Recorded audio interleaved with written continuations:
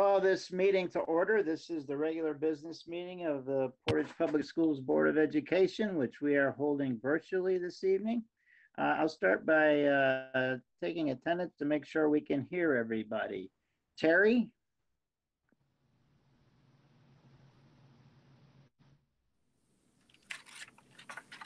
Celeste? Present. Rusty? Yes, sir. Joanne? Present. Kurt?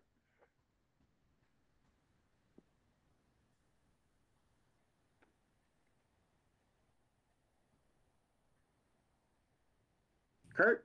Yes. And Bo? I'm here, Randy. Very good, thank you. I'll start by reciting the Pledge of Allegiance. I pledge allegiance to the flag of the United States of America and to the republic for which it stands, one nation, under God, indivisible, with liberty and justice for all. Our first item tonight is to approve our agenda. Are there any changes to the agenda as presented? Nothing from me, Randy. Could we have a motion to approve our agenda, please? Mr. President, I make the following motion that we accept the agenda as presented. Is there a Seconded. second? Seconded. Thank you very much. Thank you, Bo. Roll call, please, Barb. Mr. Droppers? Yes. Mrs. Wilson? Yes. Mr. Rath? Yes. Mr. Rathburn? Yes. Dr. Shelton Harris? Yes. Mr. Van Antwerp? Yes. Mr. Snyder? Yes. Is Mrs. Novaria present? Vote. Okay, She's trying to get on. For some reason, she's having difficulty. thank you.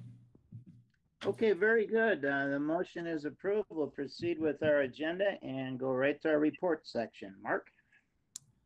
Thank you, Randy. We have several updates and reports this evening for you.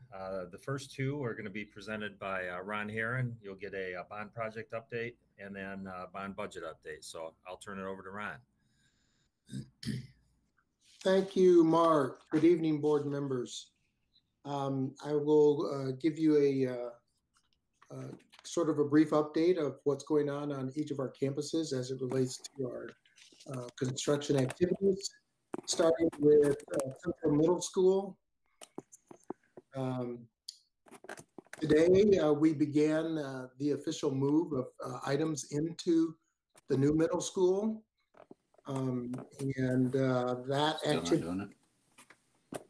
That activity will continue for the next 3 days. And also, we started paving the loop, utility loop in the front of the building. If you've driven by, you'll see that there's fresh asphalt there, which will be a temporary parent drop-off for the fall. Abatement is being finished hopefully by the end of this week, unless we find anything else in the building. So that activity is going pretty well. We started the underground work for the Millennium, what we're calling Millennium Park, between the two buildings. And then we have ongoing mechanical, electrical, and plumbing activities in that building as well. Also, we have at West Middle School, the science wing, we have underground plumbing, which is going on. And also the front office is ready for flooring this week. We'll hope to get the flooring in there. The media center demo is complete. And we got some block work in there to do as well that's ongoing. Cafeteria in the little theater, the ceiling and light installations are going in, and we'll start painting next week. The new gymnasium is almost complete. We're doing the installation of the walkways in the entrances. So that's it at West Middle School. Just have a few other activities. The Northern Auditorium, we're continuing to do the steel work, and also the pool has been excavated, and we have underground plumbing and electrical in the locker rooms going on at this time. If you notice at the Northern AEF, we completed the additional pond work and storm extension work that was going on there, and added the fencing back in on that campus. And again, we're scheduled to do lockers at North Middle School in late July or August. Still, that activity is still scheduled to be done. So that's all the updates I have for you on the campuses at this time. So I will move on into your change orders. Dan is not here tonight, so I'll be doing the change orders. So I'll start with the financial report, which there really is no change on. We only have a total of, I believe, 4 change orders for change order 29, and none of them affected the bond financial report. All those activities happen within the budgeted allocations for those projects. So I will move over to the change order report that you have. I'll start off with Central. There's one for Central Middle School, and that was some custom color that we needed for expansion joints, and that was a total of $2,264. And we also at West Middle School had 3 change orders. One was to add a data drop that we needed in a storage area, room 806. We also had to revise clock speakers and connectivity codes in the science rooms. That was $403. And then the last one, which was interior finishes in the faculty lounge. The faculty lounge was not on our original plan, and it was work that we felt like we needed to do there. So that's getting a refresh of some paint and flooring, and we're taking out, demoing some cabinetry in that room, in the faculty lounge. And that was a total of $9,468 for a total of, for West, $10,117. And that is the total of your change orders. Ron, I have a question. Yes. Let me pick just one line item from change order 29, the cover page. So it says the budget for West Middle School is $6.5 million, and we've actual committed $8.5 million. When do we move that variance amount into that budget? Where are you at on your financial update? Yep, page 1. Yes. Dated June 22nd, change order 29.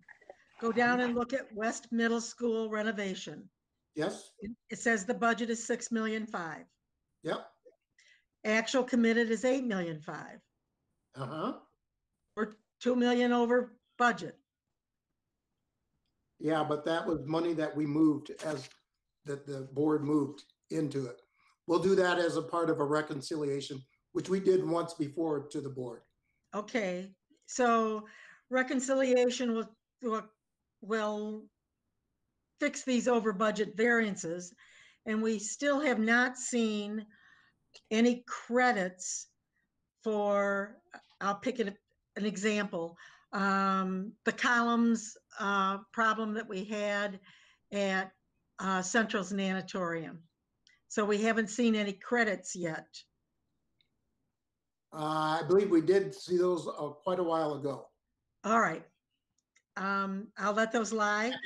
I can dig that out for you, but I think you saw those quite a while ago. All right. Don't do it just for me. So the budgets need to be reconciled. I still see that we have a positive variance. We're on time, within budget, but certain line items need to be adjusted. Is that a fair statement? Well, when we close out some of these projects, we'll make those adjustments as a part of the Thank presentation. you. All right. Thank you very much. Mhm.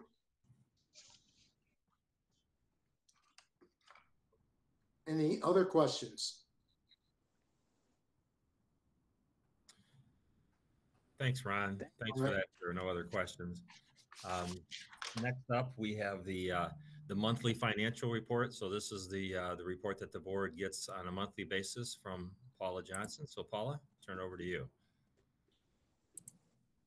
Good evening, trustees and Superintendent Beeling. Included in your board packet is a financial report through the month of May.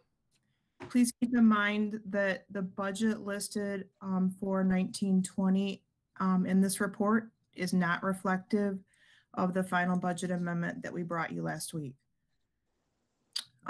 Looking at page 1, revenues. In total, we are tracking same percentage-wise as last year at this time. To look at individual variances that are worth noting, local revenues are down this year compared to last year. Some of this information is going to sound the same from the last financial report you received, but it has to do with gate receipts and pay to participate fees, as well as revenue from our Curious Kids program. All of those are not generating revenue since we closed in March due to COVID. Federal revenues still appear down. I just requested funds today through grants cash management, so that will align with last year when we look at the month of June. Local and other districts currently appears 100% of budget, and that is being changed with the final budget amendment. So those numbers will be updated at the time that the amendment is adopted in Skyward.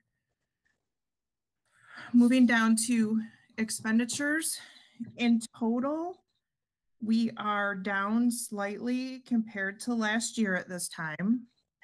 It's due to several different factors, and I will touch on those highlights with you here momentarily. General admin is probably worthy to note that that is down. Brenda, the business manager, she did leave in March, and we have not filled that position, so that is causing a variance to show through now without paying salary and benefits since March. I'm sorry, wrong line. General admin is down due to the administrative assistants that were furloughed through EduStaff. I apologize, I'm reading the wrong line. The business line item is worth noting the variance due to the vacancy in the business manager position since March. Operation and maintenance is slightly down from last year at this time, and that is due to our GRBS costs being down because our buildings have been closed since the deep cleaning. Transportation line item is worthy of bringing to your attention. We're down there due, again, same reasons as before. Fuel costs and repair costs are down because our buses are not on the roads currently. Community is worth noting. We have not been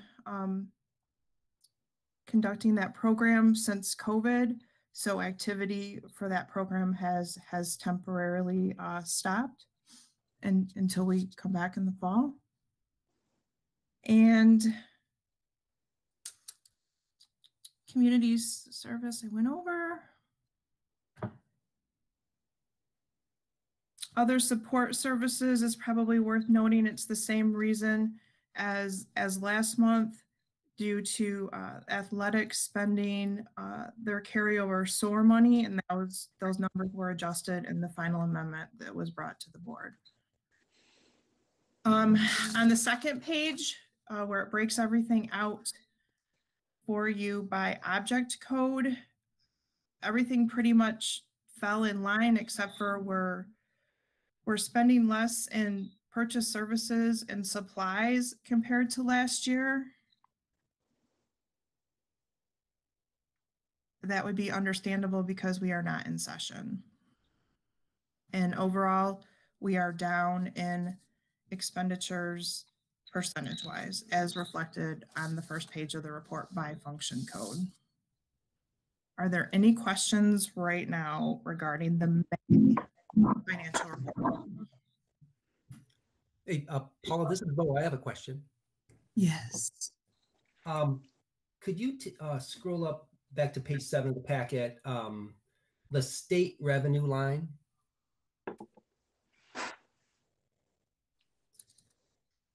The 50 million line. I'm not in board book currently. I have the financial report in front of me. You got it. Year to date, it's 51,585. Mm-hmm. Can you just comment? I mean, this is more for just educating me on my background here. If this year would have played out as normal, would you expected that number to have been fully made up with state payments by June 30?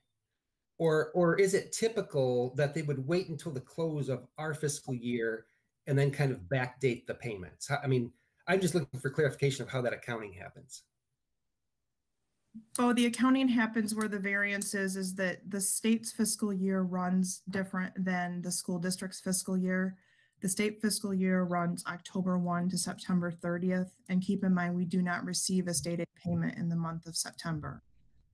Our fiscal year ends June 30th, but we accrue back the months of July and August to our financials when we close our books for the auditors. So even though we receive it in July and August, we book it back to the 1920 school year. Got it. Thanks, Paula. That helps me.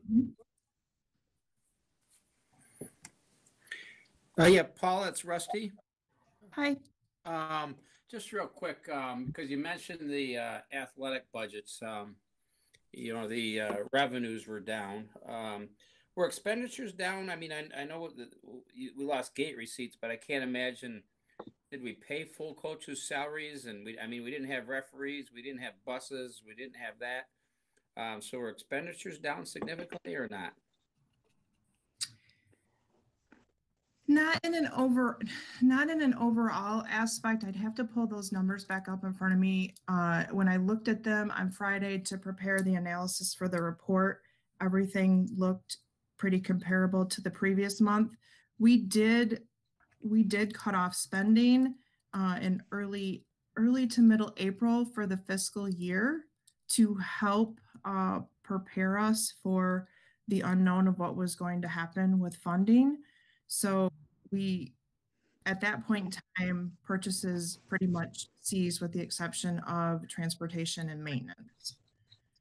So those large overages that you're seeing in that report were projects that the athletic directors were planning on taking from their carryover funds. And so those items had been purchased, but the budget hadn't been updated yet until we did the budget amendment. So those purchases, that's just purchases, or is there like wages and stuff in There's wages and stuff in there too, but the majority of the overages that we're seeing based on the variance swing from last year to this year were projects that they were planning on covering in their budget. And some of them they were planning on covering from gate receipts that were going to happen in the spring, and then we didn't have gate receipts. So they ended up having to fall back on that SOAR money. Okay. Did we pay coaches? Do you know in full? Yes, we did. Okay, thank you. Mm-hmm. Any other questions for Paul? Any other? Right. Thank you, Paula. You'll have Paula will be back at the end of the agenda for the budget discussions. So moving along, our next report is from Dr. Pasco. He's going to present the information on Matt's Law. Michael? Great. Thank you, Superintendent Belang, and good evening, trustees.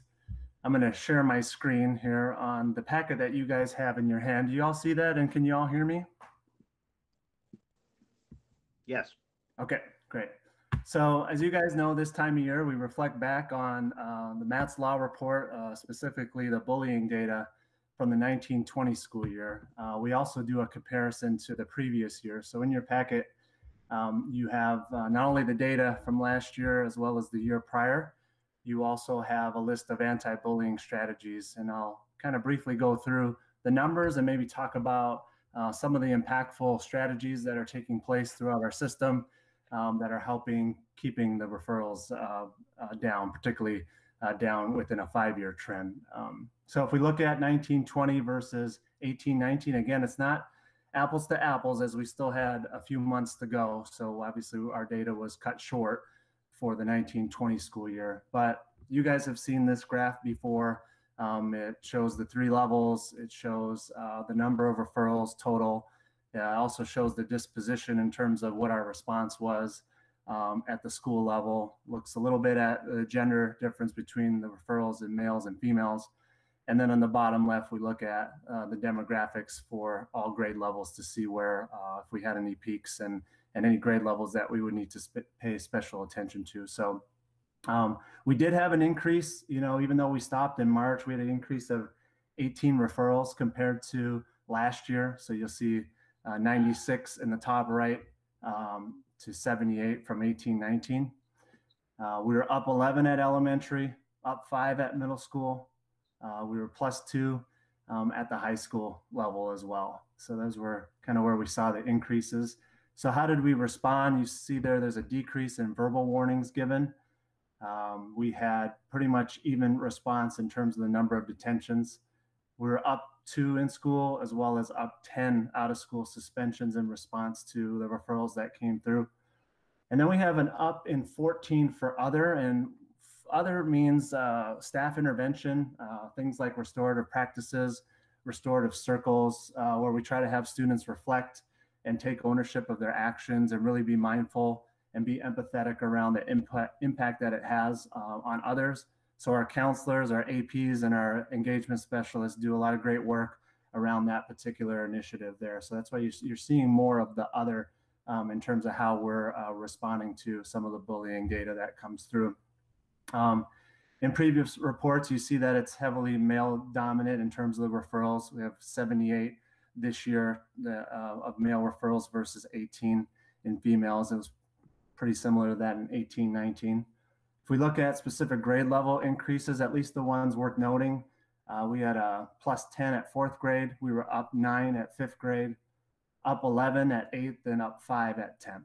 So that's something that we'll definitely take a look at as we move into the fall district data review. And throughout the year, you guys know we have 3 data reviews, fall, winter, spring, that we would pay attention not only to just academic behavior, academic data, but also behavioral data. So we look at that throughout the year.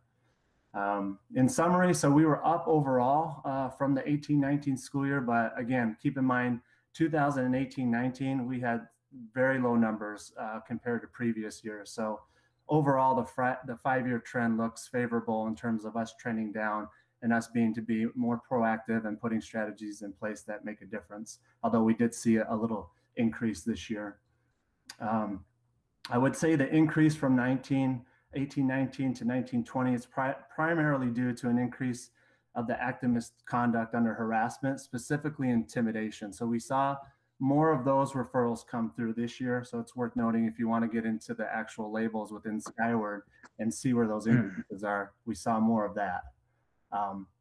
The other types are religion, gender, cyber, bullying, and then threatening languages. All of those were down by 1 or 2. Most of the bullying referrals, though, they fall under creating a hostile environment. So if you were to look at our Skyward data, that's how folks are mainly labeling a lot of the stuff that comes through. So I've been talking to some of the leaders over the last few weeks in our system, and I asked them, what makes the impact, or why do kids still engage in maybe some of the cyberbullying or when they get online? They really said it resonated with me when they see adults in public eye and public figures utilizing social media to bully one another. Sometimes kids, our own students, kind of take that as acceptable, and then they apply it into the high school or middle school or even elementary level. So that's something that we're learning to address as we go and we put forth our anti-bullying strategies. that was just an interesting piece of data that I had gotten back. Other things as we move down into the actual strategies part, and we can go back up to the data.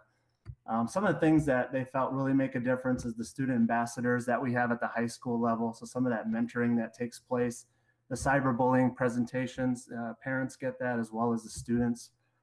Partnering with our SROs, we really value that relationship and what they bring in terms of helping address bullying and being a preventative and proactive measure. You hear a lot about our school-wide positive behavior supports. You hear the term PBIS in there. We have behavior teams in place, and we utilize restorative practices and circles in some parts of our district.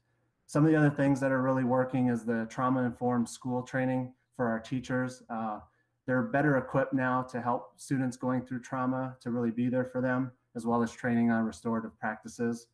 Our engagement specialists, again, I can't say enough of the role that they play and the impact they make on being proactive and preventative and supporting our kids. Really strong character ed programs that are now going on, particularly at the elementary and middle school level, I've come to know over the last few years. We do have some anonymous reporting that helps, but really intervening early and getting parents involved makes a big difference as well. So those are some pretty key things to take into consideration in terms of what's happening in our district. As you know, we're always aligning our categories and skyward to any federal and state reporting changes. I know a couple years ago we had to make some changes based off of the cyberbullying law. You saw we did a report on that with Channel 3 and some of the things that we were doing and what the impact meant for us. So we continue to roll with those changes and engage our staff at district data reviews to make sure that we're constantly reflecting on what we have in place and whether or not it's working and making the adjustments where we need to. So that's kind of the gist of the report for this year. I don't know if anyone has any questions or needs any clarity on anything. I'd be happy to try and answer them. Dr. Pasco, I think Rusty and I both asked this last year.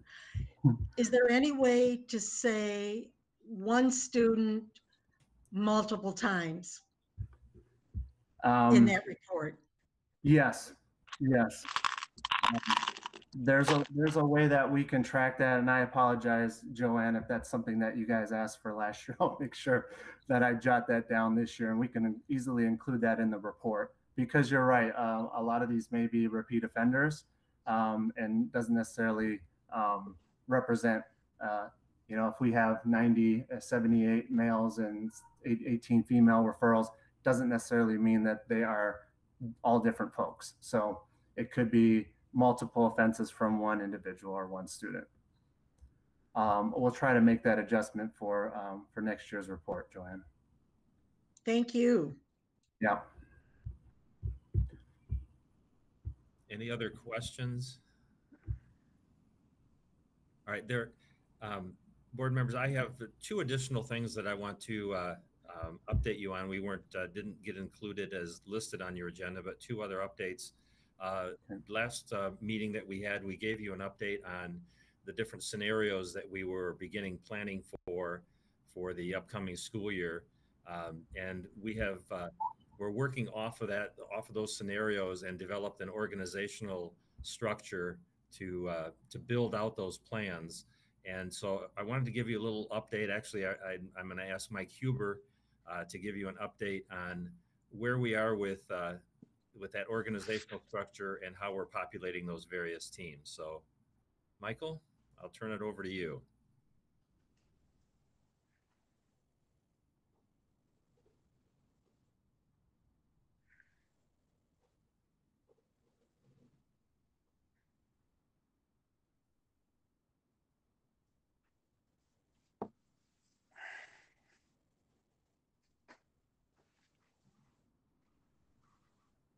Good evening. Thank you, Superintendent Beelang. Can everyone hear me all right? Yes. Yep. All right, thanks.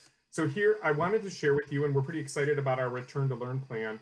We're taking a look at some of the ways that we're going to process through building teams to meet our goal of academic success for our students, focusing on each of these teams being equitable, safe, and creating flexible learning environments for students.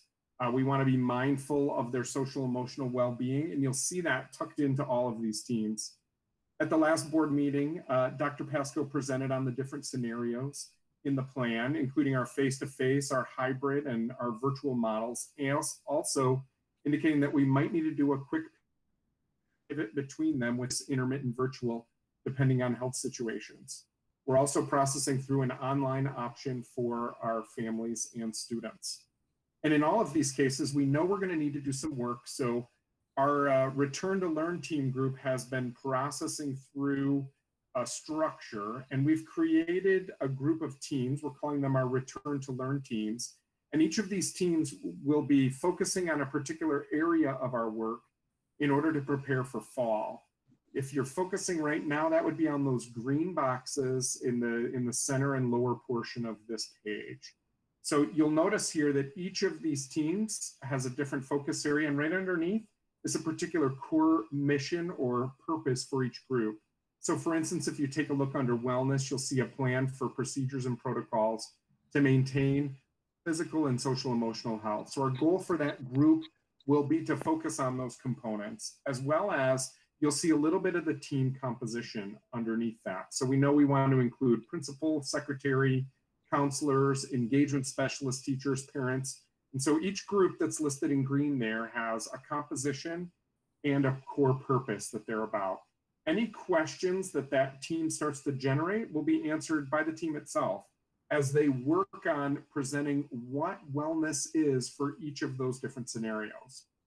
And over the next 7 weeks, all of these teams will be meeting with the goal to prepare ourselves by the second week of August with plans for our fall instruction. Along the way, we'll be developing those plans.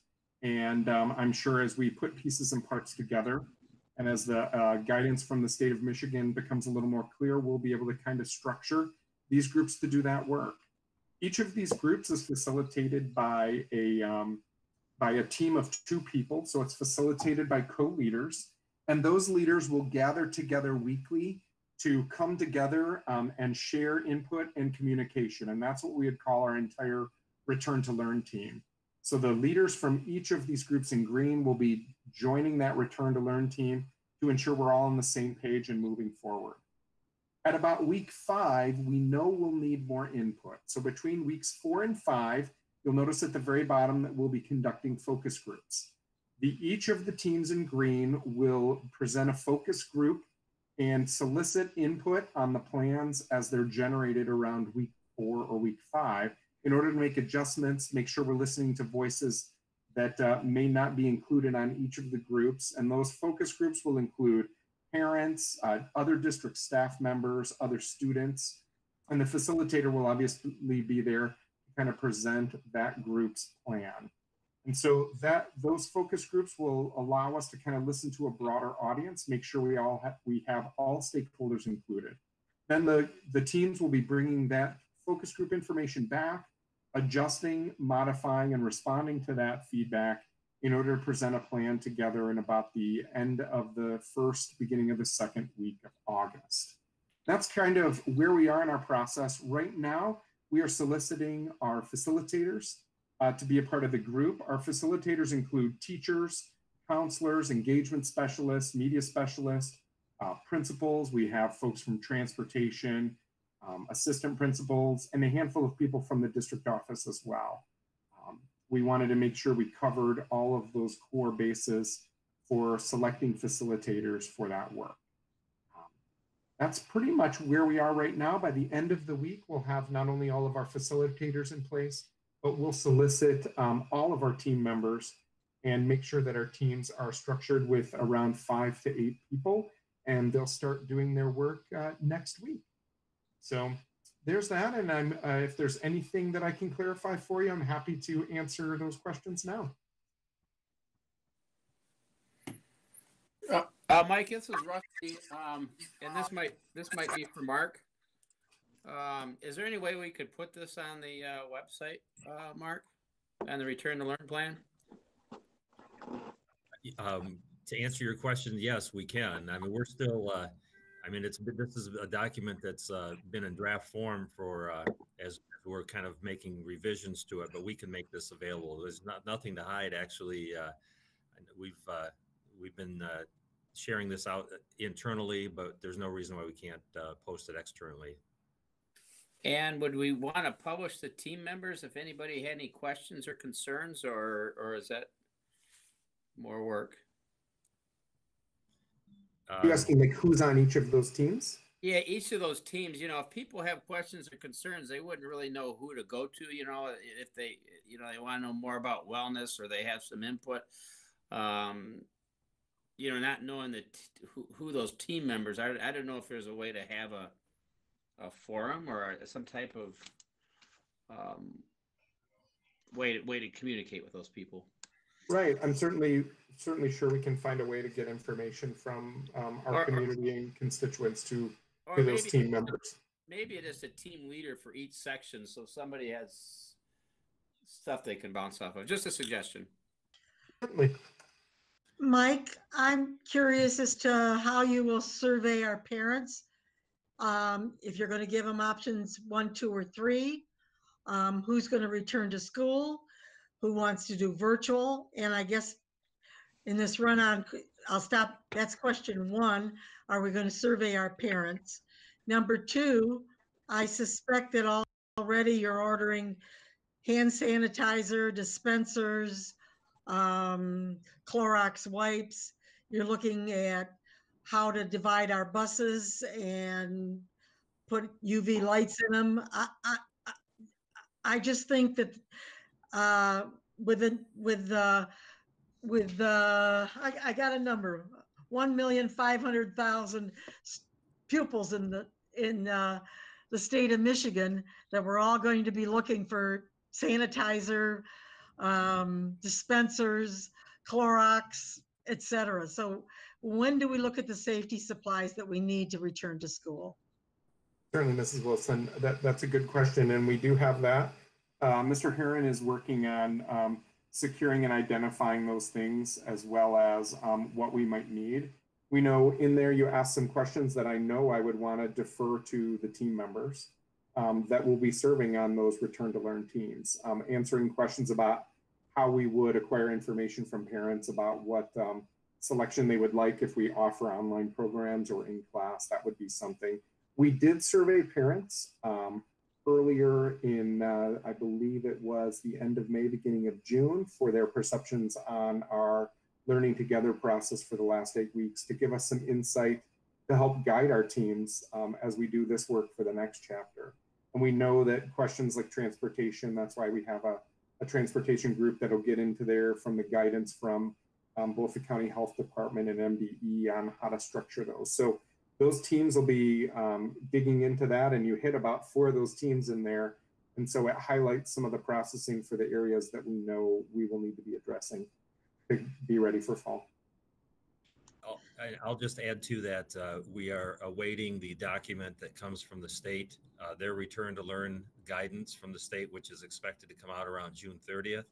So I'm sure hopefully we'll get some more direction for these various teams as to what we can and can't do, and what their requirements will be depending on which phase we're in. Any other questions about this? There's been a lot of good work that's gone into this. I know after our presentation of the different scenarios, we had requests from school districts around the state if we would share that document with them. So it really aligned with what their thinking was too. So I want to thank the Curriculum Instruction Office in particular for the work they've done in creating both the team structure and the scenario document. So I'll stop there and just see if there's any more questions on this, and then I have one additional item.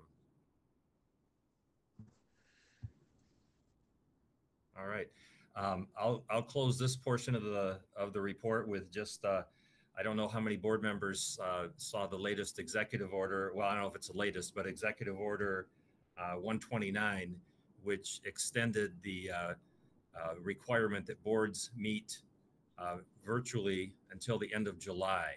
So that's been extended to July 31st. with the exception of two regions of the state, regions 6 and 8, which are up in the northern portion of the state, they're allowed to have meetings face-to-face with certain limitations. So we will certainly keep track of any additional executive orders to see if we get placed in a different category, a different phase. But right now, the July board meetings that we have scheduled, we have the one date scheduled for one meeting to do my evaluation and then our regular July meeting. So stay tuned for more information. But right now, the requirement is that that one be held virtually. So that's all I have, Mr. President. I'll turn it back over to you. Thank you, Mark. We'll move to our comments and communications section. Are there any comments from citizens this evening, Michelle? Hi, yes. There are 3 comments this evening. Good evening, board members and Superintendent Delang. I will read them to you in the order we received them. The first comes from Stacy Vogel. She did not provide her address, but I will follow up with her and get that from her. It says, Dear PPS school board members, as I'm wrapping up my 18 years in PPS, I feel inclined to send some thoughts. I've had the honor of serving Lake Center Elementary, Central Middle School, and PCHS PTOs. For the last 5 years, I have been the PCHS president. In my time with PC, I've watched Eric Albertus address the media for unthinkable acts, including the murder of someone I love, tragedies, and social media issues. I cannot imagine that anything prepares an educator to speak on behalf of heartbreak while simultaneously lifting up students to be their best. 2020 has been undeniably unique, and I'm grateful and thankful for the way that that as a school and senior family have received constant communication from Eric Albertus. He found a way to offer students unable to participate in graduation, mostly due to military obligations, to have a proper ceremony. The senior parade brought smiles and tears of joy to so many in a darker time. It was absolutely amazing. I know every step of the way Eric addressed safety while wanting to honor the wishes of families who instantly banded together. The class of 2020 was able to be sent off and say farewell in an incredible way that won't be forgotten. I could say so much more, but 450 words limits this. It is just always nice to hear the good when all too often the focus is on the bad. Thank you, PPS, for our staff and leadership at PCHS. Signed, A Husky Legacy with a Generation of Mustangs, Stacy Vogel. Our second comment comes from Colleen Selmler, and she resides at 8534 Old Oak Circle in Kalamazoo. It says, hello. Regarding the return to school plan for PPS, I would like to express my comment. Please, please, please make video instruction, Zoom or other similar platform, a requirement if we are going back to face-to-face in the fall. Thanks so much for your consideration, Colleen Semler. And the final comment tonight comes from Kat Frank at 8135 South Westland Avenue. Dear board members and PPS leadership team, thank you for hearing the PEA membership's request for clarification and transparency in the return to learn process. I look forward to seeing the plan that has been put in place that includes a wide variety of our membership, administration, and staff. Some people have the perspective that the entire anticipated shortfall can be covered by the fund balance, which I believe exceeds the amount in concessions being requested of the bargaining unit, administration, and staff. My question is, how much money as a dollar amount and percentage is PPS planning to use from the fund balance to meet our current and anticipated needs for the 2019, 2020 and 2020-2021 school year? My second question is, what would going below 5% fund balance look like in PPS? Thank you for your continued work and transparency. Kat Frank, Portage Central High School teacher. So that's the end of our public comment. Well, thank you, Michelle, and we thank all of our commenters this evening. And shout out to Eric Albertus for the great work that Stacy indicated that he did for our graduates. We appreciate that. Thank you. Are there any comments from board trustees, please? I have a comment. Randy, may I proceed? Yes. The last item on our agenda is a budget update. It was released to our teachers and our staff at all at 1 o'clock this afternoon, and to the board about half hour later. I'm really struggling with this, Mark. And it's an uncertain time, and just because you can doesn't mean that you should. I mean, there are so many ifs to already ask for a 7% reduction in administrative and salary cuts. I've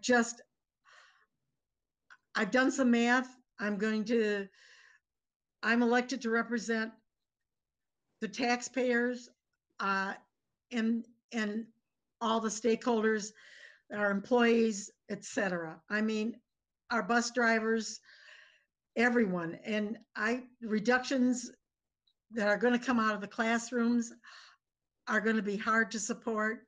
I don't know how we're going to get this buy-in, and it's certainly an uncertain time, and we're not looking yet at what the budget cuts are. I can see that 2 bills have passed to give us some additional funding to supply us with COVID-related expenses.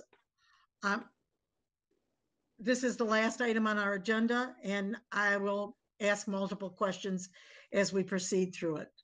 On a happier note, Michelle, I will encourage you to make some of our graduation festivities, be they virtual or a ride out or sundown at Portage Northern, that we get them to the Kalamazoo Public Museum. I've already submitted 2 items that are going in their archives.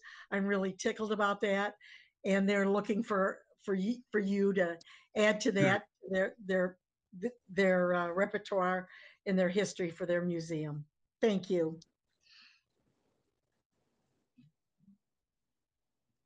Thank you, Joanne. Anyone else?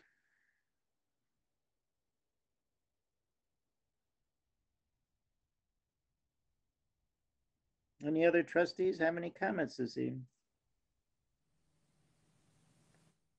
Okay, I just have a couple. The first is that our budget hearing is a week from tonight, June 29th at 6:30 p.m. And of course, that will be virtual. And also, I just want to remind everybody, Mark already mentioned it, our superintendent evaluation will be on July 20th. And our hope was we could do that in person, but it doesn't sound like we're going to be able to. So if you could please have your individual evaluations back to me by July 13th, I would appreciate it. Thank you. Are there any board committee reports? Randy, this is Bo. If I can make a quick owner linkage report. Yes, sir. Want to thank you and Michelle and the Joanne and Terry from the owner linkage team. We've drafted that first outbound communication to the board, and that'll occur in July.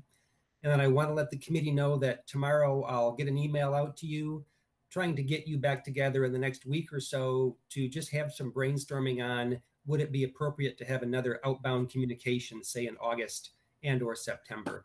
And this is all part of the dialogue of, should we be more active in outbound communications, during this difficult period before we roll into our planned communications on the plan that we looked at last winter. So that'll be coming out to the committee members and Mark and Michelle tomorrow. Thanks much. Thanks, Bo. Okay, if there are no other comments from trustees, we'll move to our consent agenda. We have 4 items on the consent agenda tonight. The first is approval of the June 8th, 2020 Committee of the Whole work session. The second is the approval of the Chartwell's school dining for food service management through June 30th, 2026, and authorizing the Director of Finance to execute all the necessary agreements to accomplish that. Number 3 is that the Board of Education approved the proposed new and revised operational policies presented to us last week by Mark. And finally, that the Board of Education approved membership in MASB for the 2020-21 school year, excluding the dues plus choices option. Are there any exceptions to the consent agenda as presented? Hey, Randy, it's Rusty. Yes, sir. I was wondering if we could move the MASB to a discussion item and take it off the consent agenda. Certainly. since we never really talked about it. Thank you. Any other exceptions to the consent agenda? Okay, items 1, 2, and 3 on the consent agenda are approved and will, as presented, and we'll move the MASB membership renewal to a discussion item. Very good. We now have an action item, and that's to approve the retiree proclamation for Kevin Dorfler and Beth Hartman. Is there a trustee who would like to read that, please?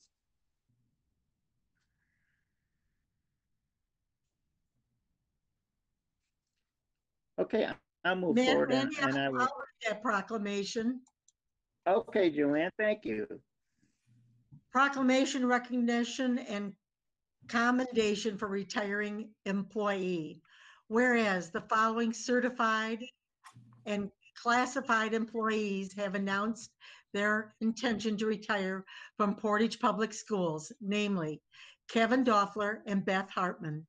And whereas those retirees have faithfully served and supported the students and staff of the community, and whereas these retirees supported great teaching and learning in classrooms through our district, and whereas these employees took phone calls or answered emails at all hours of the day, and whereas appropriate recognition of this dedication and devoted service shall come to the attention of the entire community. Now, therefore, be it resolved that the Board of Education of Portage Public Schools takes great pleasure in recognizing the contributions of these individuals and expresses its sincere gratitude for their contributions to Portage Public Schools, and further wishes these individuals a healthy, happy, and rewarding retirement. Proclaimed this 22nd of June, 2020, Portage Public Schools Board of Education.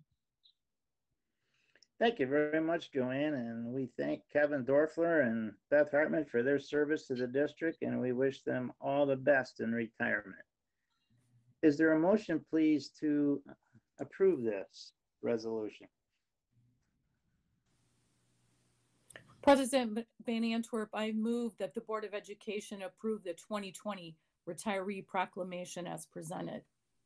Thank you, Terry. I'll second that. Thank you, Kurt. Is there any discussion?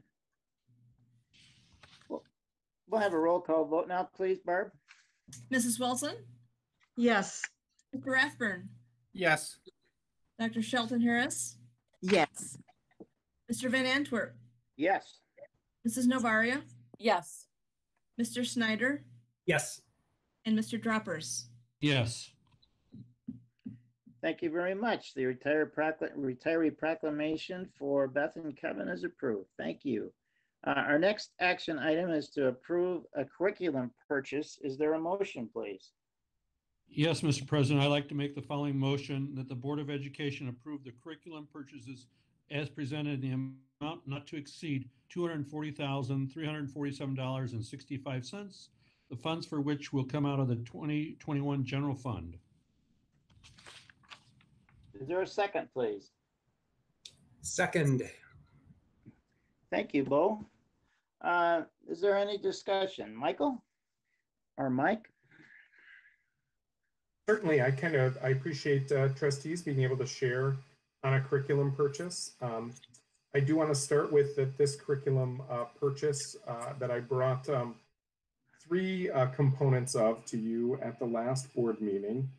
We have taken a look, and we're very sensitive to material purchases right now, especially given the budget conversations that we are having. Overall, we're reducing our new curriculum materials budget significantly between the previous year, and that is around a $29,000 reduction from last year, as well as when you take a look at the 2021 budget, some of the details there, we're reducing curriculum and material purchase in a number of categories. But our social studies at the high school levels have been waiting on these particular texts. I've had a lot of conversations with both of the representatives of these companies, and we have settled on making this recommendation for TCI for our high school government and economics classes. That's continuing that resource. And then for our freshman modern American history and our world history courses at the junior and senior levels, we've gone with Houghton Mifflin Harcourt and their resources there. We've looked at these over a 6-year plan like we do with most of our curriculum commitments, try to get long-term discounts for that. So after a lot of conversation and working with those social studies teachers, we were able to arrive at these purchases. We have been able to reduce some of the costs because the middle school science team is going to use a unit-driven approach rather than purchasing an external program for their science materials. And we're working with KRISA on consulting with a purpose of designing those units for our middle school science and then supplementing that particular unit-driven approach with materials, but not a whole purchase, which will significantly reduce the cost and allow us to purchase more materials for those students. So, appreciate being able to share that. And if you have any questions concerning that, happy to answer that right now. Yeah, this is Bo, and this question's more to Mark. I mean, just the obvious question that has to be asked is, you know, looking at this purchase, is it really critical that it be done right now, just given the financial situation, and in this year it could be, you know, these dollars could be reallocated to staffing, and it's kind of your call, but I feel I ought to at least ask the question. I don't have a specific answer for you about whether it can hold or not. These are materials. I mean, we've made some reductions in curricular purchase expenditures already. So this is kind of what I guess we view as the bare minimum. I'll let Mike Hubert, you know, respond any more if about the status of that, if you would, Mike. Certainly, we know that it has taken us some time to arrive at this, and when we discussed this, we did not, we were hesitant to put something together as a group at this purchase level. It is reduced down. The original quotes for both of these have been stripped down to allow us to get those text resources. In some of the cases, the text resource is over 8 to 9 years old. And in some instances, that's a big difference when it comes to maybe some of the more modern history components. Especially when it comes to government and econ classes. So that was some of our rationale behind that. We've been working on a delayed purchase that extends over a year prior. So in the last school year, we worked on utilizing some of these resources in a pilot mode for some of our courses. And we had delayed bringing this purchase forward last year to kind of be selective in our meeting our budget expectations as well. So that's some of our processing for that. Mike, I think you've hit the highlights pretty well. Our books are 7, 8, 9 years old that we're replacing now. The only thing that's lacking in your detail is the number of books and how they'll be if they'll possibly be shared between 3 middle schools. In other words, will they be shifted from building to building? Is there some timing issue that allows us to allocate 200 books to Central and then move 200 books to North Middle School?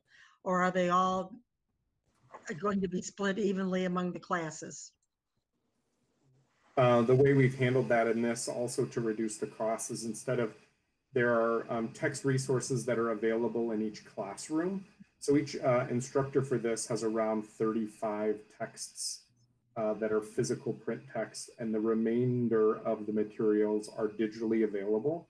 That's one of the ways we can reduce the costs as opposed to purchasing all print text for all the students as well as an all online version. So that's one of the ways we do it. There's no need for us to shift text. They may shift within a building. So for instance, if this teacher is no longer teaching that section and a new teacher is, that we would move them between buildings. But what we do is we try and aim at enough text so that there are extras for students that definitely need to take a print copy home, especially as a part of a support that we aim at reducing costs by purchasing online text materials for students to reference from their Chromebooks. Mike, that's a great answer, and I know you have support of the admin team to go forward with this expense. Are there any other questions for Mike?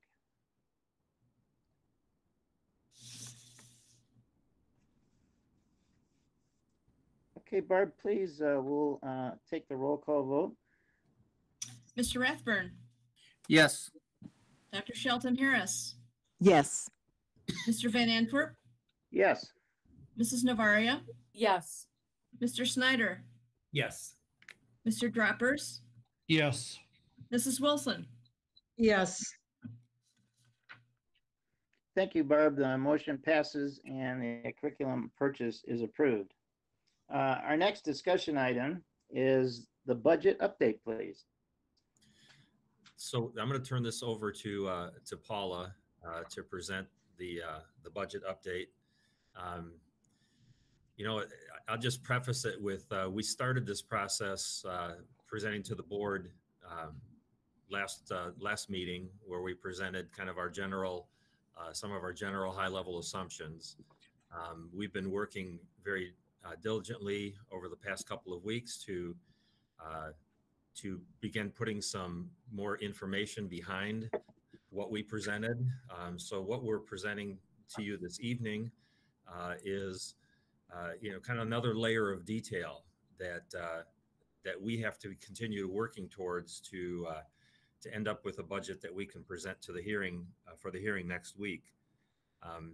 In my 25 years as a superintendent, this is by far the most difficult budgeting cycle that I've ever been through.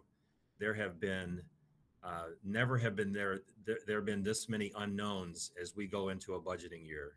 The assumptions that we're making have been made with great care, discussion, and thought, and there's really some gut-wrenching decisions we have to make, because there are several areas that intertwine with one another in terms of notifying employees, negotiating with employees, with employee groups, you know, doing some soul searching on what are those essential things and how do we prepare ourselves for the next school year and consider our core mission of educating students.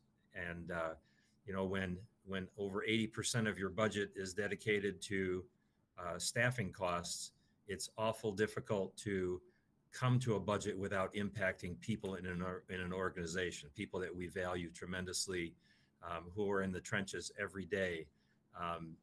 But again, it's impossible to balance a budget with just the remaining 20%, especially when you take a look at mandates, expectations, and just the difficult things we have to do. So this, what we're presenting this evening is the next layer of information that kind of reflects our thinking as a team around this. And Paula is going to take you through some of the additional assumptions and the direction we're headed in. So Paula, I'll turn it over to you.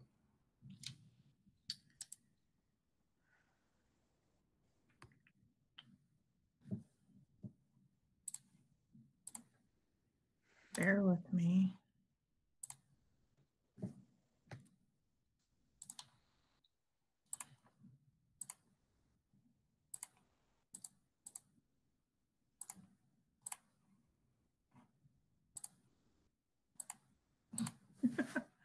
Okay, let's see. I know we're having some thunderstorm challenges in the area, so if something happens to your technology, please be aware of that. Okay. Can you see my screen currently? Yes, it's up. Okay. Good evening again. Tonight, I bring to you additional information regarding our budgeting process for the 2021 school year. As you are aware, we were to be funded at $8,111 per pupil for the 1920 school year. Revenue estimating conference came in May, and numbers are showing that both the state school aid fund and the general fund are not pacing with projection. The state school aid fund is projected to be down $1 billion for both the 1920 school year and the 2021 school year, unless additional funding is found on the federal level or additional guidelines are changed with COVID money that the state of Michigan has already received. Based on that projected shortfall in revenue for the state school aid fund, we have been informed that we could receive a reduction in our funding for both the 1920 school year and the 2021 school year of between $650 and $700 a pupil.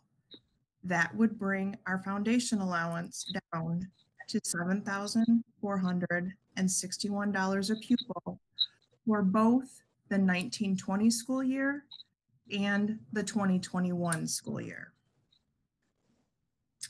We also took into consideration with this budget for the 2021 school year that our enrollment would drop by 25 students.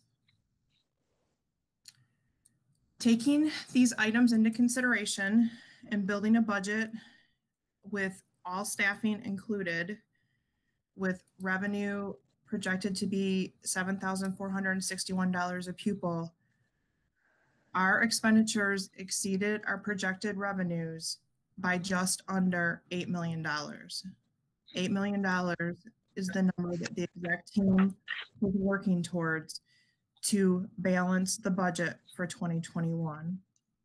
Keep in mind, our fund balance is approximately $8.4 million of unassigned money.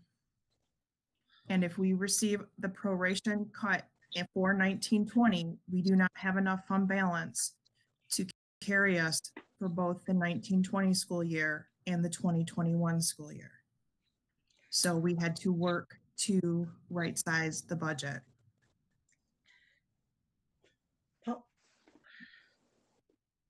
Any questions? Paula? Yes. Yeah. Okay.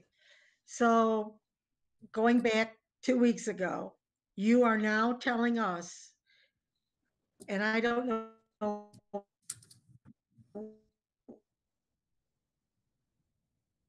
I lost you, Joanne. where you're at times. And I'm sorry. Can you hear me now? Paula, can you hear me? I can hear you now, yes. Okay. So I know it's uncertain times, and 2 weeks ago, we talked about the possibility of $650 per pupil being back charged to us in the 2019-2020 year budget. So that amount alone would be how much? I'm using kitchen math and I'm using 8,500 students. So if they back charge us in 1920 and reduce our 1920 fund allowance from $8,111 and reduce it by $650 for 1920, what is the impact of that alone? I can do the calculation really quick, Joanne, but we're actually currently funded on 8,909 students. I don't have a status report in front of me. And so 650 students times the 8,909 is the amount of the cut that we were going to take. I remember bringing the final amendment to you last week that showed we could potentially dip into fund balance for $5.8 million with the 1920 budget if we were to receive the $650 cut in this fiscal year. What do you see in writing that tells us this could occur? I don't see it on MASB, and I don't see it on the business. Is it MBO? what's the support of this data? $650 reduction in 1920. I listened to the 3-hour-long consensus revenue estimating conference on May 15th. I listened to an hour-and-a-half-long meeting the following Monday where Catherine Summers from Senate Fiscal Agency went over the numbers, went over the balance sheet for the state school aid fund, and showed the shortfall to us and how it would take 2 years for the state school aid fund to recover unless additional revenue was found, or the state to its rainy day fund, or legislation was passed related to COVID money that was received, because currently COVID money cannot be used to backfill current budgets. And that's acceptable, just as though our bond money is for construction and not for teachers' salaries. So that's a given. I grasp that concept. Superintendent Michael Rice, State Superintendent Michael Rice has sent communication to districts and to superintendents. It's been on the news. I've seen that as well. I've also seen the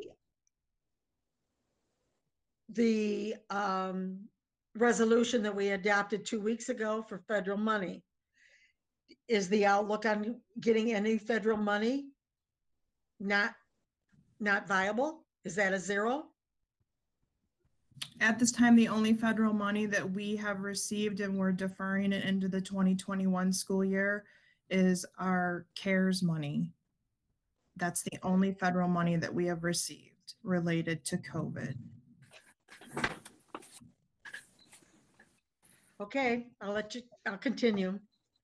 Real quick, Paula, regarding that 650. This is Rusty. I'm sorry. Hi, Rusty.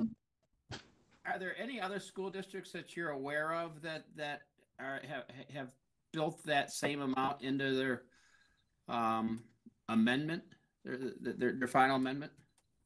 It's my understanding that Gull Lake has done this. It's my understanding that KPS has done this. It's my understanding that my former district at Comstock has done this. Okay. And Randy, did K-RESA do this or no? K-RESA's funding is different, so that wasn't required. Okay. Well, it'll be interesting to see when they all do it too. I just couldn't find anything on that, so. But KPS is on the 18th of June is their reduction in their reduction is not as severe as ours. And I understand more employees and a bigger foundation allowance, but they don't give me the same inkling that you're giving me right now. So I'm going to let you proceed. I mean, this is, don't shoot the messenger, and this is your expert opinion. I'm just struggling with the data that supports it, and the uncertainty and the unknowns. Hey, Paula, Kurt, I've got a question. How do we go? Obviously, we're going to take some kind of cut. We don't know. Your best estimate is now 650 to 7. What happens if it's 300 this year and 300 next year? Obviously, 300 times, that's going to be a $3 million loss this year versus 5. So we're going to then book a smaller loss this year. How do we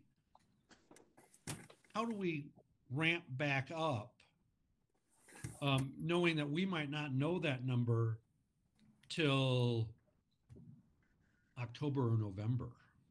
Okay. If we come in at $300 loss versus $650 loss, how does that structural work? And maybe that's more of a Mark question than a you question, but with so many unknowns that we're basing our budgets on, how do we react if we have negative news, but less negative news going forward? Well, as myself and my staff work through the closing entries related to the 1920 year, the only thing we have to wait to hear on is if we are going to receive a proration cut for 1920. If we are not going to receive a proration cut for 1920 and we add back to fund balance, we as the exec team, we're not going to give up the topic of budget. It's going to be a continual topic. We will go back and start adding items back to the budget if revenues allow for it. So I'll just piggyback, Kurt, since you brought me into this. Sure. You know, you'll be seeing some bulleted points as Paula continues her presentation, and you know what we'll be doing is reviewing those places where reductions have been made and systematically looking at what can be reinstated, what needs to be reinstated. So we'll kind of use the same process, but in reverse order of bringing things back. You know, I just think, and I don't know, by no means am I an expert, that they're giving us the worst case scenario, knowing that they're going to be able to move some of this money, and they want us to feel good about only a $300 loss per kid versus loss. But I get you're planning for the worst, and I appreciate the terrible hard spot you all are in with the data that the state has given you. Go ahead, Paul, and go to your next page, and we can, that'll, I'm sure, raise some more questions. Okay. I will just now go over with you information regarding the cuts that are planned currently for our 2021 budget. We are planning for a 7% reduction in administrative costs via compensation reductions and assignment changes. We are reducing base salary pay and freezing steps for administrators and the technical group, and also resulting in a reduction in overall benefits. Okay, Paula, let's stop with that one. So that, Joanne, if you don't mind, can we kind of get through these and then maybe give you a bigger picture of what we're looking at rather than piecemealing these? We can always come back to that, but I respectfully ask if we could just get through this. can we ask our questions a slide at a time? Would that work better for you, Mark or Paula? When you complete the entire slide, can I give my questions then? Yeah, that's probably a better time. Yes, thank you. We are planning for reductions in purchase subscriptions. We are eliminating funding for middle school athletics from the general fund at the 3 middle schools. We are eliminating book purchasing for the middle school, for the media centers. Reducing curriculum related summer work expenses. And we are also reducing new curriculum purchases. Any questions before we move to the next slide? Thank you, Paula. So if I look at our budget amendment and our total salaries, and that's probably 11, not 12 months, is 82 million. So would that be, if I took 7% of that, that's approximately 5,750,000. So help me out. The total 1920 salaries and benefits. That's just the administrative grouping that we're planning the 7% reduction for. The budget amendment salary number that you're seeing rolls up for all groups. That's rolled up for teachers. That's rolled up for maintenance and custodial, bus drivers. That's district-wide salaries that you're seeing in the budget amendment. Whereas this particular line item that I'm presenting to you right now only isolates and focuses in on administrative and technical, or the administrative, the group. Okay, so that is it. Can you give us a subtotal of those bullet points of the cost savings in those items alone? I only can have one screen open right now, Joanne, while I'm presenting. I can't turn my other screen on.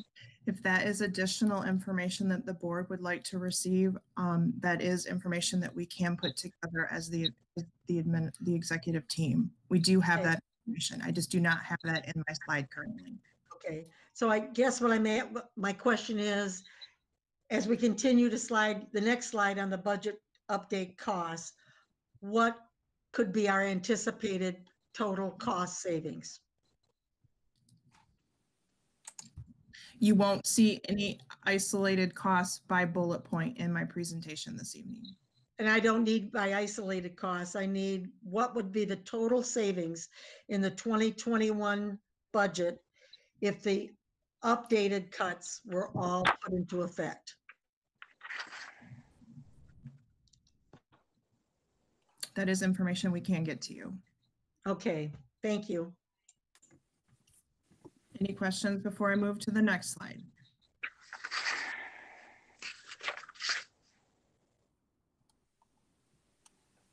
We are making changes to some of our early childhood programming.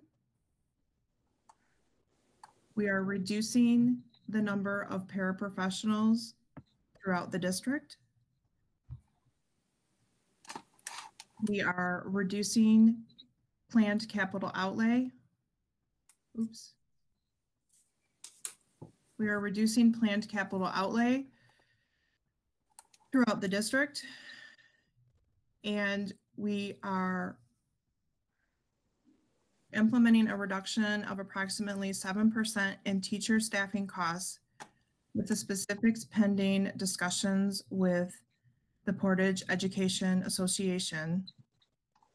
I do want to make note that the PEA salaries are approximately 60% of our budget, and we are only making cuts that equate to 50% of what is necessary to balance our budget to try to minimize the impact on the classroom.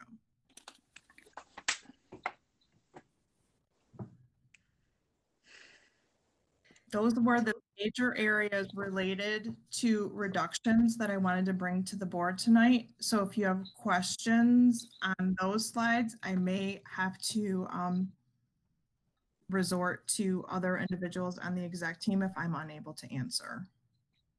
So Paula, on the last bullet, 7% in teaching staff costs. Are you talking about opening the contract for the PEA?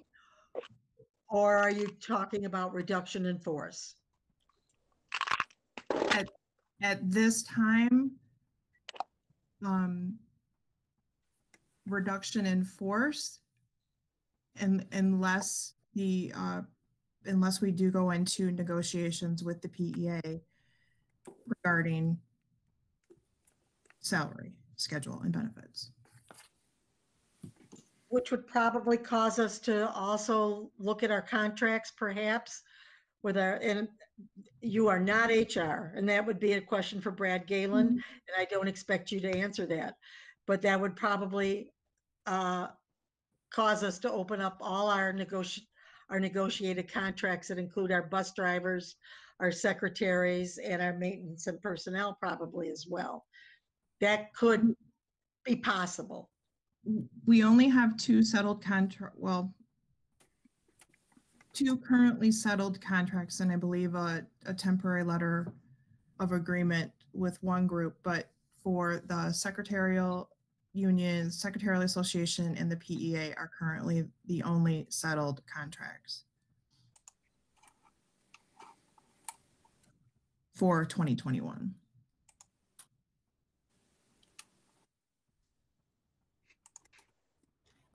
Hey, Paula, this is Bo.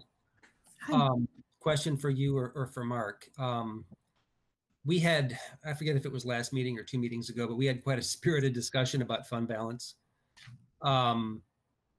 So what kind of assumption are you running with in terms of fund balance? Well, currently assumption, if we end up taking that large hit for the 1920 final amendment, we can't have as large of a budget going into 2021 because we don't have the fund balance to support it. Trying to not reduce that fund balance percentage down any more than the potential projected fund balance based on the 1920 amendment. So I'll just maybe try to answer that just a little bit differently. Is if we get prorated in 1920 by the amount we're talking about, which was approximately, I think it was $5.8 million, that proration would have to come from our fund balance. So it would take the fund balance from where it is now at approximately 8.5% down to below 3%, all other things being equal. Is that accurate, Paula? That is accurate based on 1920 currently, yes. Right. And so that's accurate. But my question was, moving forward, and okay, doing our budget for the year 2021, where are you targeting? And I mean, and this gets us into the really tough question, which is, in policy, it's 7%. With these prorated cuts, it's going to take us back to below 3. The state's magic number is they want us at least at 5. And then there's the magic number where really bad things happen, and that's 0. So anyway, I just, where is your thinking on that? And I mean, and this is something, I mean, this is the only financial expectation that we have embedded in board policy. So anyway, so I just, when this comes to us next week, that number will be on the analysis that you give us. And I just want to prepare you. I mean, speaking for me, that is where most of my energy will go in that discussion. And as a board, we need to make a decision on that. Guys, this is Rusty. Guys and gals, I'm sorry. I just like to confirm what Bo says. Bottom line is I kind of look at this as a 2-year budget now, as I said at the last meeting, and I want to know kind of where we're looking at to settle for June 30th, 2021. I'm not for the current budget amendment since we don't have those facts. However, I have my way to vote, but once that's passed, I just want to concentrate on where we're going to be budget-wise June 30th, 2021. Right now, I think Kat said in her public comment she wants the board to consider dipping into fund balance. Well, in reality, we did. We already did. As much as we possibly can. I cannot imagine we can dip in fact, we have to probably build it up just a hair. I'm not comfortable. I'm barely comfortable at 5%. So I guess I just want to know what your soft landing is for June 2021 is what I need to know.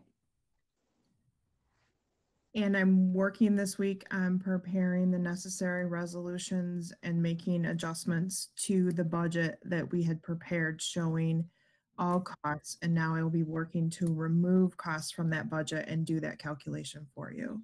That is happening this week. But I see this as a worst case scenario. And if I know the value of each one of these items, to know that they could be put back, but once we initiate a 7% reduction in administrative costs and teaching staff, there's no turning back. I mean, when you're going to implement, that may be in your budget, but when you're going to implement it is the unknown. Are you going to implement a 7% reduction in administrative costs July 1 of 2020? Yes. That's what you're going to build in your budget? And the Yes. administrators have approved that 7% reduction? Joanne, I don't think it really comes down to approval by administrative staff. These are sacrifices that we have to make this budget work. So we're not going to get buy-in, the phrase that you've used in the past. We're not going to get buy-in for all of these decisions that we have to make. These are tough decisions that we're charged with making. So, and the same thing will go if we're in a better financial situation in reversing some of those decisions, at least partially. So that's going to happen throughout the course of the year as we become aware of more accurate information, or in some cases, any information at all.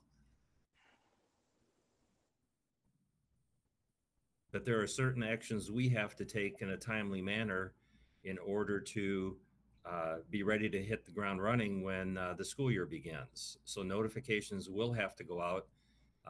That doesn't mean we can't reinstate some of those positions as the school year goes on.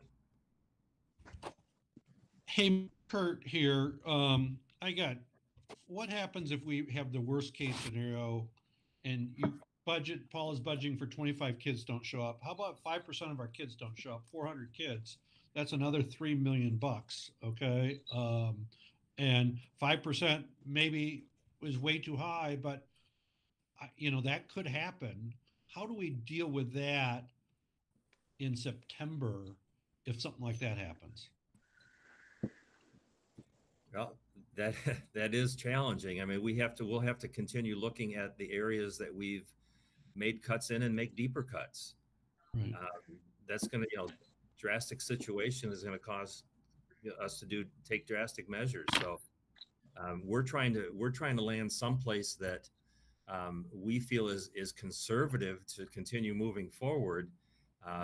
We just don't know what's going to happen. At least if it happens in September, we have a little bit of more time in the school year as opposed to it coming in June at the end of the school year. So it does give us a little more room to make some other decisions. They don't all have to be made at once, but definitely we'll have some tough discussions. Why can't we, I'm sorry, Kurt, why can't we have a simple survey now of our families saying, I'm comfortable in sending my students full-time in September. I want a blended education, your 1, 2, 3 scenarios, or I want an online education. Why can't we ask our parents now, today, what their gut feeling and is subject to change as to what type of education they would opt for? And that would help our staffing and, as Kurt asked, our enrollment numbers. We're certainly going to see our enrollment numbers for young fives in kindergarten. We're going to see our enrollment numbers come when we do orientation for middle school and orientation for our 9th graders in high school. That'll be our early forecast. Does that sound possible, Mark? That we could just do a real basic survey now to say phase 1, 2, or 3? What would you send your kids back now, given the climate of now? Joanne, I don't think the governor's even made a mandate yet on what they're going to let us do, okay? And to survey without the governor's approval, she's hoping at this point that they let us go back to school. But I have not read anywhere that they've said, she says we're going back to school. Okay, and I'm looking at Ken ISD, and they've already asked that, but you're right. We need to return to learning. We need the governor's committee's criteria that's going to come at the end of the month as to what she wants to return to school to look like and what options are to be given. Hey, I'll withdraw my survey question, Mark. Thank you. Hey, Randy, can I just weigh in with a thought here, kind of a capstone thought? I mean, so Kurt, as you're talking, you're sharing kind of what my worst nightmare is. We think things are bad now, but we don't know how bad things are going to be, because who thought we'd be where we are now 4 months ago? So, we got to keep, our knees bent and our center of gravity low. On the opposite side, it is an election year, And folks in Washington in August could get really generous, and they could pass a bill that flows money down and makes up some, or I mean, maybe all of this. So a lot of this, I mean, Mark, I mean, I really feel for you guys. I mean, you guys have to have, you're juggling all these variables and you're trying to do a good job for kids in the classroom. So it's hard. As a trustee, here's what I'm looking at. A couple of things. Number one is having a robust fund balance discussion and getting us all on the same page there. And then the second thing is, was it just the last meeting where we memorialized our practice of doing 2 budget amendments a year? But I think the language said there shall be at least 2 budget amendments a year. And I suspect we're going to do like 4 of them this year. And as a no, it actually says as needed.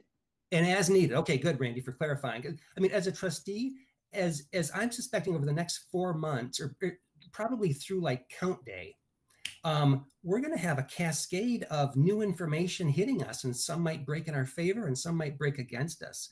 So, I mean, as a trustee, I think it would be great if we actually changed our practice a little bit and had some formal kind of budget amendments. So I just want to send the signal to you all. I mean, Mark, Paula, I'm not questioning your assumptions on here at all. I think they're reasonable. I think that the decisions are going to be difficult, and you know it, and you're getting ready for it.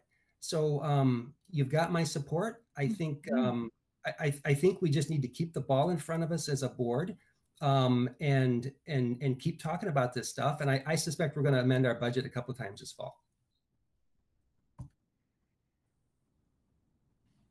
I believe there was discussion at the Kalamazoo board meeting that the first budget amendment for 2021 might come as soon as October. So to your point, I think we should expect multiple budget amendments. Yes, sir.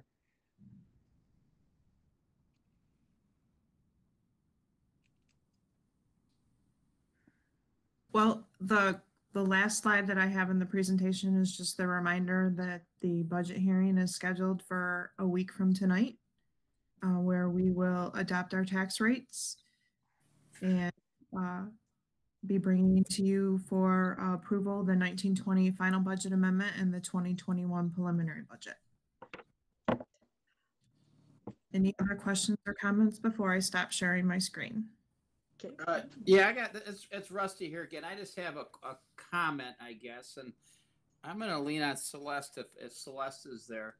I do have, I mean, you know, it sounds like cutting middle school sports is like just an easy cut because who needs them? I do worry about there's a lot of kids out there that middle school sports keeps them engaged, specifically football and basketball. I'm worried about some minority populations and getting good grades and staying eligible. So you know, when we say we want to keep funding in the classroom, there's a lot more that goes on in a public school. Even the learning experiences and the mentoring that happen within the drama department, within the athletics department, within so many stuff that is outside of the classroom and like, boy, if we didn't have that face to face, we wouldn't need online learn. We could just always do online learning, but it's and a lot of that happens after 3 o'clock. So, are you there, Celeste? I'm here. Any thoughts on that? Because you were a middle school principal, you know. Yeah, but I was a middle school principal when things were reasonably normal. I'm not, I appreciate Paula coming up with the worst case scenario, because I think at this point we can only go up. I'm hoping. And this is a difficult piece. I agree with you, Mark, totally. I'm not sure how I would make a decision on some of these. And because everything is important. I mean, we don't do things that are just for chuckles and grins. So we're at a place now where we just have to make the best possible decisions we can make based upon the information that we currently have. The best decisions are informed decisions, and right now we have a limited amount of information. Rusty, wondering, based on your comment about middle school sports and extracurriculars, this might be an opportunity for some sort of community get behind it thing, PEF or PAF, and work to find a way to fund those things if we're not going to be able to. I don't know specifically what that would be, but there might be an opportunity there. We'd have to look at it. And there are probably also some opportunities for intramural kinds of things as well, just to keep students engaged. But then again, the pressure is not necessarily on regarding academics and keeping grades up and that kind of thing. So we've got some things to really think about here. Well, for me, I'm talking. It's kind of funny. Like you just look at the domino effect. So Rocket football ends in 6th grade. So now there's nothing for 7th and 8th graders. And then do those kids go out in 9th grade, or is there that gap and they never return because they had middle school sports? Well, now it affects a lot of kids in high school sports. And then do those kids stay engaged? I mean, sometimes that's what keeps those kids engaged in that middle school, that gap. I don't know. I agree if we can find a way, but I would love to find a way just to keep that stuff funded because, all that other stuff it goes beyond the classroom. And we just, I'm just very concerned about the future. And Rusty, you're right. We were here in 2010, 11, and 12 when it was surprise $475 cuts. And we had a dollar value on each one of these cuts that meant to us. But the criteria by the admin team is correct. It's dollars in the classroom that really need the focus. And so these are tough decisions. And yet I look at KPS, which Randy just referenced. Yep, their budget's, unknown until September or October, but their salary cut is 1.33. That is no apples to apples. Their budget is $50 million bigger than ours. But their number of pupils it's got to fit for us. But I really need to see the dollar values on each of these individual savings to see if it could be put back, what could be put back in the classroom first, and then the athletics, et cetera. I struggle with parapros. We're talking about our most fragile students that need support by cutting parapros.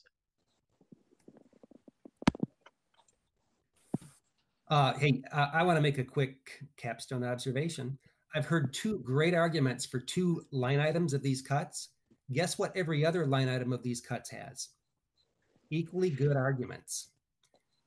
And that's where we are. And this is all going to be difficult. So anyway, every one of these line items has a great argument to not do it. And you know what? There's only so much money coming in. And we've got to balance this out because when people take their checks to the bank, they need to clear the bank. You know what? That's the bottom line. So anyway, that's why we're here. Bo, that's well said. We can't borrow to make our payrolls. Well, yeah, and I'm not necessarily fully advocating for full funding in middle school sports, but I just want us to get creative here because I want something loosely connected with the schools that keeps kids engaged through the middle school and brings them into high school. And I just like to capstone it for the public just to understand our funding is going to be cut. Learning won't be to the magnitude it was a couple years ago because when you have a $10 million cut, you have 10% cut. You're going to have a 10% cut in learning. Just like, at home learning is not as good as in classroom learning.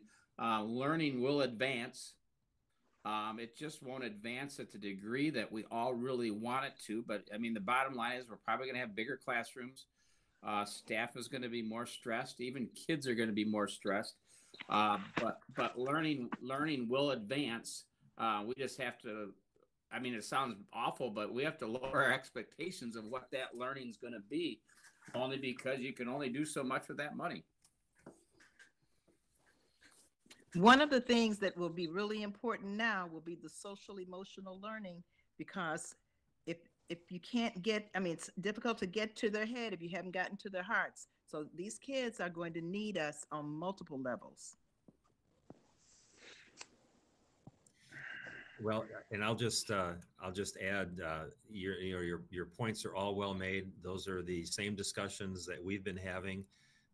When we put together the vision statement for reopening for next fall, we did, as you saw earlier in Mike's presentation, we embedded the concept of social emotional learning and the importance of that, being mindful of that. But the other big piece has been, in our discussions, has been the issue of equity. And that's important as we make decisions. You know, we talked about transportation and making reductions there, but certain kids would not be able to get to school if we didn't provide transportation. Not all of our schools are walking schools, especially at the secondary level. So there are so many considerations. I wish we didn't have to make any of these cuts. That's really where we'd like to land. I mean, there are programs we'd like to see expanded. And we have to weigh these decisions moving forward from, you know, if we decide to reinstate one, there's a cut got to come somewhere else, I think is what Bo was saying, that, you know, if we make adjustment here, there's something else that has to go unless more revenue comes in. So I appreciate the positions that you've taken, the questions that you've asked, and the statements that you've made. So thank you for contributing to the conversation. Are there any other comments by board members?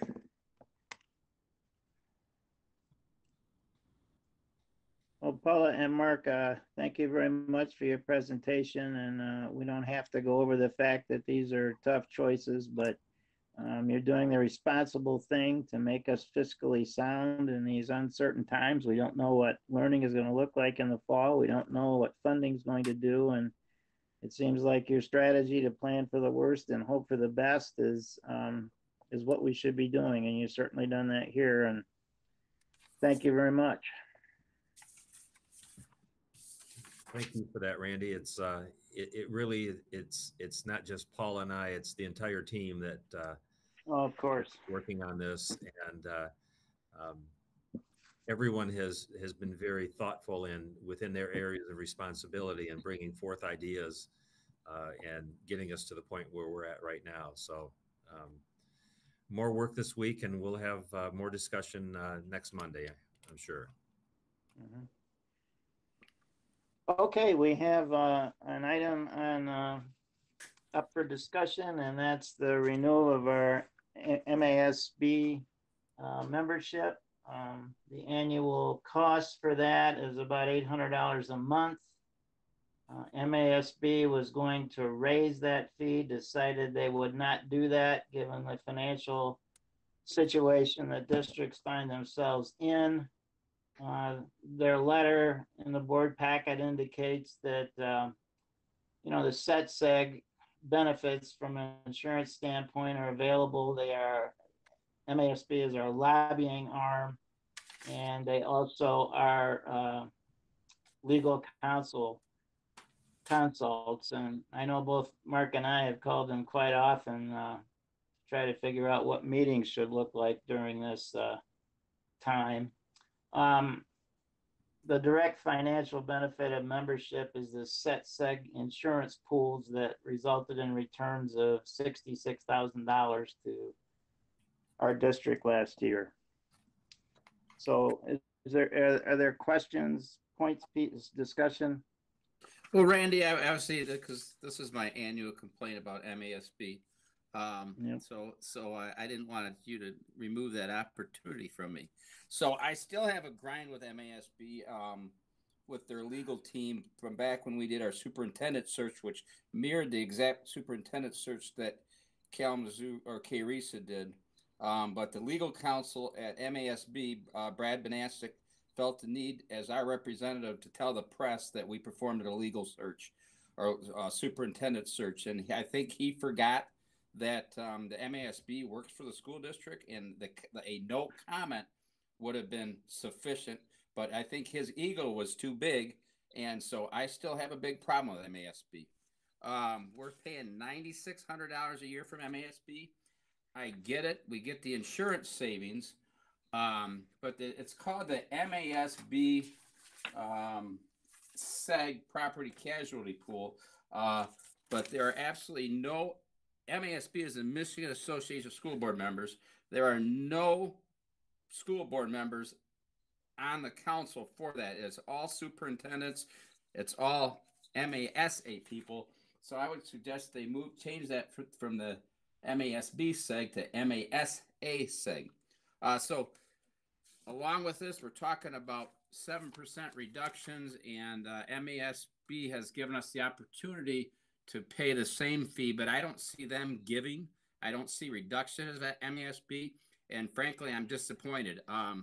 My wife works in medicine. She took a 12% reduction in pay, and she was required to take furloughs, and at the same time put herself in danger being a rougher thing. But apparently the people at MASB do not feel they need to take price cuts, which I find that unacceptable, especially with what we're talking about. They don't seem to want to give. If you go through their website, there's a lot of people on their team. It seems like a lot of these organizations, these associations, are more concerned about building their organization than actually providing services. With that said, I think MASB is too closely connected with MASA. In the area, I went to Kalamazoo's website. It doesn't look like they pay anything to MASB. At least they show zero for that amount. I don't know what type of insurance benefits they get. I would like to know. But we do, along with MASA, we pay $10,000 a year to MASA, not MASB. We pay $8,100 to the Secondary Principals Association. We pay $5,000 to the Middle School and Elementary Principal Association. And I mean, these associations are just getting out of hand. No district in our area pays as much as we do to associations. So I'm not a fan of MASB. I get it. We get an insurance break. But with the funding cuts, the things we're doing, and they're unwilling to take cuts, is very disappointing. And that's all. Gotcha. Anyone else? Well, I'm going to support it because we're over a barrel on our insurance. But Rusty, I think if you want to pursue some of these things, it's going to take a while, but we got to pursue them before just giving a speech next year. We'd have to line up some alternatives. So, I mean, I'd support that, but today we've got to approve it. Anyone else?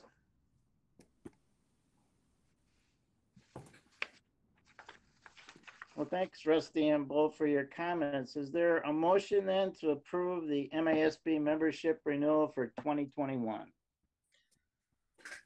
Mr. President, I make the following motion that the Board of Education approve the annual dues for MASB. Is there a second? I'll second.